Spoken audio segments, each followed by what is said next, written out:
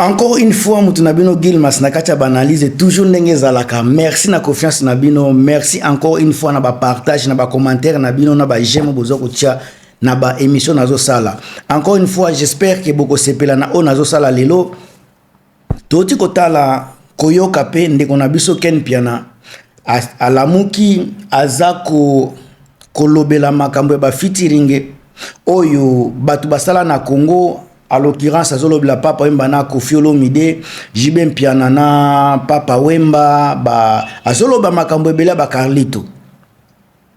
Donc déjà zola kisake tango baza ko comparer bazolobela makambo wana baza déjà koyeba grandeur na valeur ya Fally na Erichwa Tanabe. Nazokota na kacha détail vraiment na kopesa point de vue na concernant featuring ya Erichwa Tanabe na Fally Ipupa parce que batu bakomi kolobela yango surtout banini na koloba analyse moko négatif concernant eloko nanu bayoki te. Congolais tolinga ko yamba likambo to bandi kolobela yango de gauche à droite sans même ko réfléchir ko pousser ba raisonnement na biso au-delà ya banarine na biso ne na koloba. Soki totali carrière ya Fally Ipupa azana 20 ans ya carrière, 20 ans expérience personnelle. À part oyo ya quartier latin ya batala lantin ba kibinda. Esika leka ya ye moko tango komi maître ya ye moko azana 20 ans ya carrière. Na kati ya 20 ans ya carrière wana Fally a connu les hauts et les bas. Asala pe ba featuring. Comment lelo batu bakomi ko sala on dirait baza ko douter na Fally Ipupa, baza ko bosa na ke Fally ye moko ayemba na Olivia. Wana zape featuring. Olivia ya America ya G-Unit wana. Abeta ayemba na ye. Ayemba na R. Kelly. Wana nyosa ba featuring.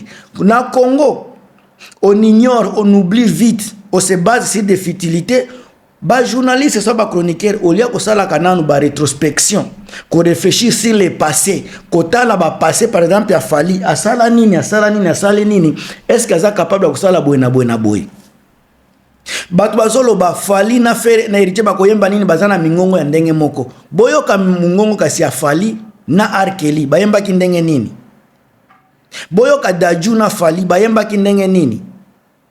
Bassesse, est-ce que kosa la fit ezako kende kosa la fit ya mingongo ou be ya connaissance bazako partager mutu na mutu connaissance na ye na ba parti ya koyemba epesa elengi mais les Congolais bakomi kolobela mungongo ni nde bakoyemba bango tu bayemba ka mungongo moko e bongo nani R. Kelly na Fally mingongo ndenge moko bayemba ki ndenge nini batu misu bazako loba héritier ayemba so na nani bandeko héritier na bino bozako critiquer bokomi kolobela de gauche à droite o ayemba na Félix Oise ke simbate mais soki na Félix Oise ko simbate alors héritier ayemba na faire bozolo ba ayemba na faire pourquoi esimba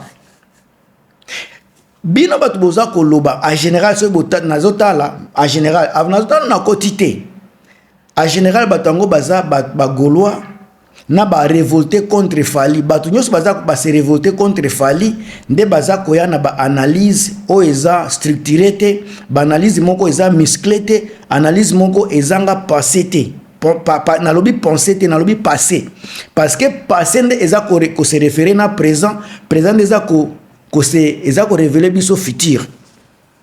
Alors si kaso to koti na muzino na kopesa no mbote na ngai na Irene Mabweni Galego Kaso novice boza ebele en tout cas Claude Musirikania le vice Amisi Mami Sadiki Edouge Balonga sana et Patricia Edouard boza ebele vraiment en tout cas soutien na bino kitoko ngana lingi na beta moi c'était sur quelque chose ya ba 2 minutes na ko sur cette émission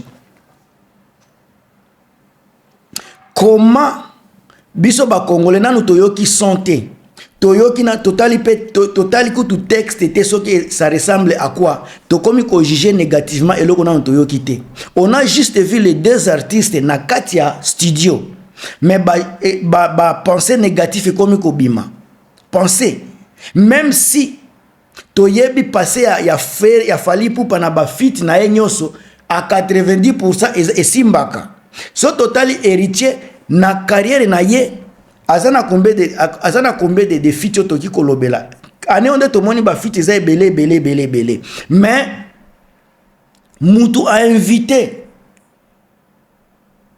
eza fali mutu a invité héritier tana bena na nzembo na ye.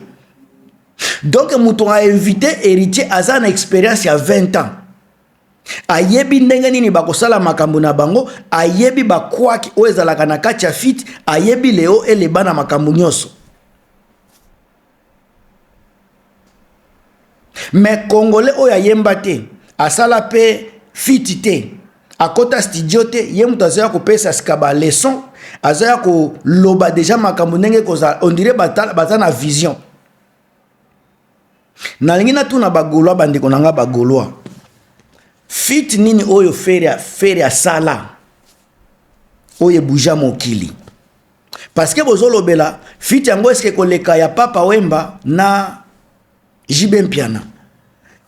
Wana ezabino bisone tozolo be simba eske vraiment simba. Bota la sika wera beta fit na batu combien?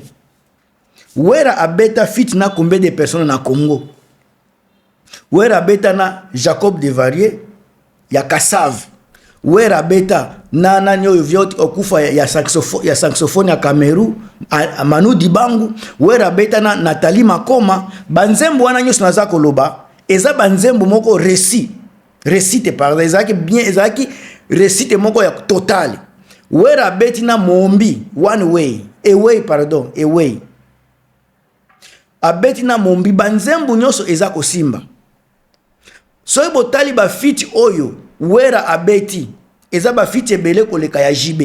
Mais boza ko comparer JB na nzembo na ya nani oyo ayembaki na osatire ya Wenge Mobimba. Mais wera abeti nini asali fit na ye sabatu ya Wenge ye moko ase pulmoner ba meilleure chanson ba chanson eza ko beta pa ane Mobimba bozoka banzembo wera abeti yango. Au contraire, il fallait botuna. Si katango zolo bela mungongo zala bonenge nini. E bongo tangu Jacob de Variaza koyemba na wera. Ezo pesa ndenge nini. Bozo ka ba dev lourder wana ndenge nini. Pobo banda o critiquer ba tenoriso ba koyemba. Est-ce que baza batu ya liboso koyemba place moko? Est-ce que baza ba tenoriso ya liboso ko kende koyemba place moko? Bozo bosana nini nzembo ya Elliot Mondombe na Mezome fere na héritier bango nyoso baza batu ya likolo bayemba ki nzembo. Est-ce que zalaki parmi ba meilleur chasso ya nini ya ba featuring na Congo te? Mais soki ya bango resisa déjà bango baza ba tenoriste na Mezome et Simba. Pourquoi boza ko banga ba tenoriste oyo bakende koyemba? Même chose nande ko soki blana mosaka ye nyosologa ye bakamaka munyoso. Il faut ko yeba ke ba propos tenus par ye ça n'engage que ye. Ba propos tenus par Ken Piana ça n'engage que Ken Piana. Baza te wana pona ko pesa biso leçon. Ba ko kipe ko beta ba analyse na bango bido ba analyse moko raté. Ngana ki koloba ndeko na biso pe blana soki mosaka wana. Alekisi koloba il ne réfléchit plus. Et yebi ke bakoyoka ye bakolanda ye c'est ça c'est tout akoya koloba n'importe quoi soki azwa koloba fali na fere mingongo na bango za likolo bakoyembelo ka malonga te e bongo fere na héritier bayemba ezalaki mingongo ya ndenge nini baza pe bato aliboso te kofe nani oyo nani fali ayemba na Arkeli. Ndeko na ngai onyo stozonga koyoka eza shwa na biso mais eza na ba héritier belé na kati na réseaux sociaux eza na bato bazolinga koloba ka pona koloba surtout mutu nyoso za ko soutenir fere akoya na buzoba kaka po ala kisake soki kaka mutu za ko soutenir fere na ebité pourquoi bato ba perdra contrôle olingi kaka o sepelisa ba gaulois po batindela ko tanso ba 10 chiffres olingi o sepelisa bango kaka tellement que gaulois asepelaka na buzoba gaulois asepelaka na mensonge Gaulois asepelaka na biloko nyoso bakoloba contre Fali, contre héritier, contre wera, baza prêt ya koyoka n'importe quoi. Mais ngana za ko rappeler bino encore une fois. Mingi boza ko tomber na biloko wana, mingi eza ko bomela bino carrière. Est-ce que koloba vérité ekobebi c'est la faire ego la carrière kosala kape analyse ya bien ekobebi c'est la faire ego la carrière to kopimele ba contrat na mitu na kakaka. Pourquoi tous les Gaulois il faut bazala kaka contre makambo nyonso ya héritier, contre makambo nyonso ya faire ego la? Pourquoi? Malgré boza contre Fali aza ko beta musique, boza contre héritier azo beta na ye. Malgré que la contre, ko finga, ko critiquer, baza ko sala makambo na bango, cela veut dire que ba critique na bino et ko empêcher te héritier akende liboso. Critique na bino et ko empêcher te Fali pour pas la musique na bango. Critique na bino ko empêcher bango jamais ba kota na studio. Malgré ba critique na bino baza na studio. Malgré critique basi ba silisa na bango pe banzembo. Malgré ce qui malgré bango baza ko évoluer. Les lobos ba faire eza confirmer kozala na U Arena. C'est bien. Température ya faire tokopezi yango kaka wana. Tokopezi yango kaka wana. Toza awa parce que bino boza ba meilleur, bino boza ba bon. Tokopezi yango kaka awa. Toza kaka awa tokotala. Est-ce que nakosi?